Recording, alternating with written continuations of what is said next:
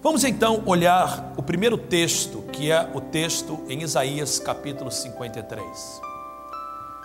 Quem deu crédito à nossa pregação e a quem se manifestou o braço do Senhor? Pois foi crescendo como renovo perante ele, e como raiz que sai de uma terra seca, não tinha formosura nem beleza. E quando olhávamos para ele, nenhuma beleza víamos para que o desejássemos. Antes de nós continuarmos a leitura, é importante você entender que esse texto foi escrito por Isaías, um profeta que viveu 7 séculos antes da vinda de Jesus. E ele profetizava a respeito do servo de Deus, do Messias que havia de vir. E 7 séculos antes, Isaías via a morte de Jesus e o significado dessa morte.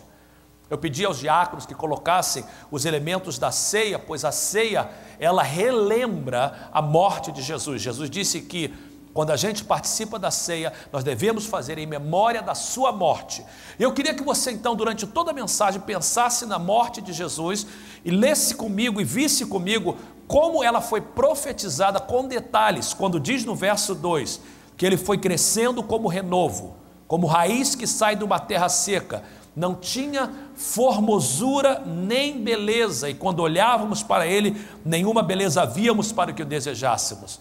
Nenhum no momento está dizendo que Jesus tinha uma aparência feia, ou que Jesus tinha uma aparência que as pessoas não gostavam de olhar para ele, que ele não era um homem bonito. Não é isso que está dizendo. O texto bíblico não está falando de beleza, está descrevendo o momento em que Jesus estava na cruz, no momento em que ele morria na cruz por nós, no momento em que ele tinha uma coroa de espinhos sobre a sua cabeça, no momento em que sangue vertia dele. Essa era a forma que o profeta ouvia. Quando olhávamos para ele, nenhuma beleza víamos para que o desejássemos, devido à dor que ele levava sobre ele. Olha o verso de número 3.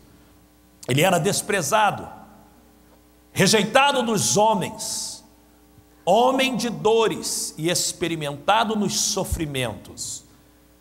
E como um de quem os homens escondiam o rosto, era desprezado, e não fizemos dele caso algum.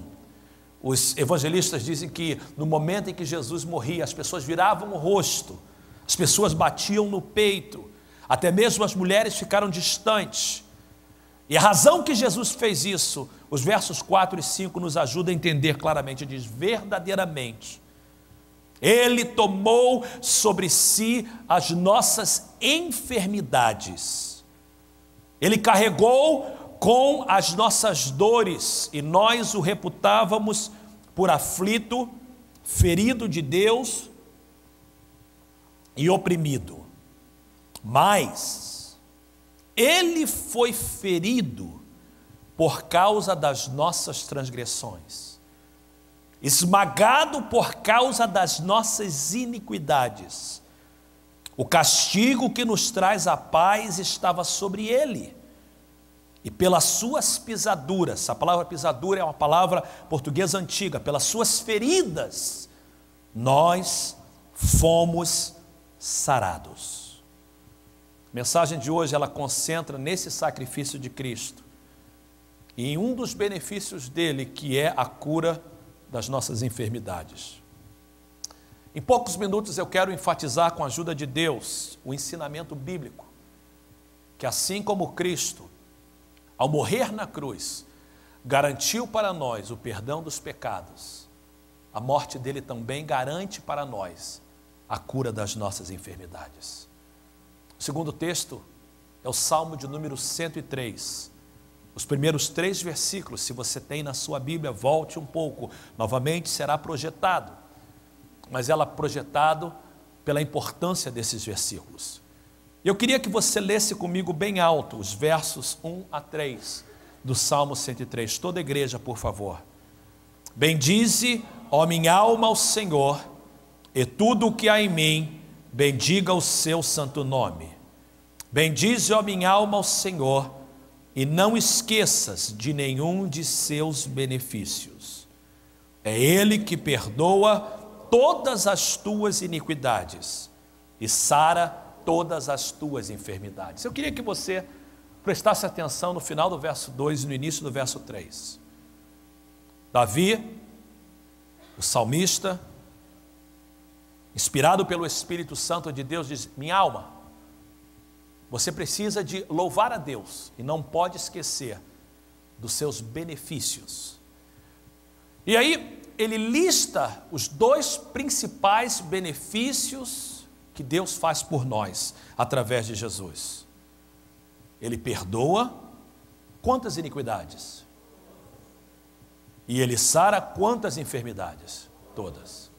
Ou seja, Isaías 53 e Salmo 103 diz que a morte de Jesus, o poder de Jesus, alcançado através da sua morte, é poderoso não só para perdoar todos os nossos pecados, mas também todas as nossas enfermidades, elas possam ser curadas. A maioria de nós não temos nenhum problema em acreditar que Jesus pode perdoar todo o pecado.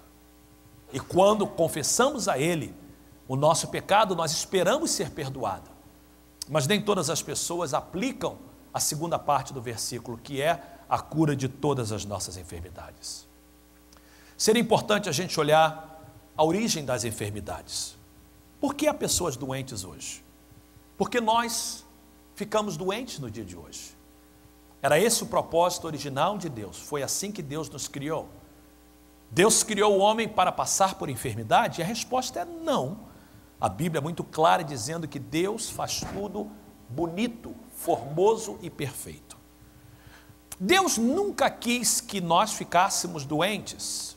Há uma ideia muito interessante que diz que doença faz parte da vontade de Deus para nós.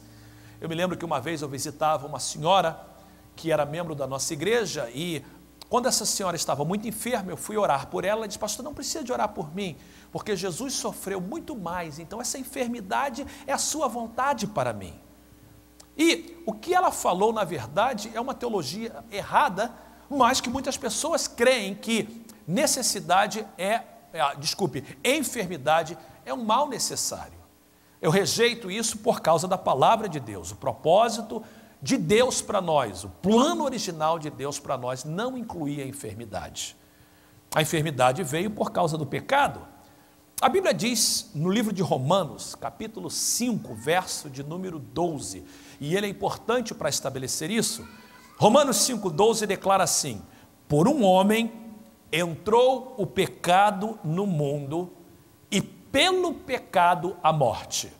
Deixa eu repetir novamente. Paulo declara: por um homem entrou o pecado no mundo. Então o pecado não entrou por causa de Satanás. Satanás tentou, mas o pecado entrou por um homem chamado Adão. Entrou o pecado no mundo e como consequência do pecado entrou a morte. Enfermidade é o precursor da morte. Então nós concluímos que a enfermidade entrou pelo pecado. Portanto, o único remédio para a enfermidade é o mesmo remédio para o pecado. Se a enfermidade entrou no mundo por causa do pecado, se nós resolvermos o problema do pecado, nós podemos resolver o problema da enfermidade.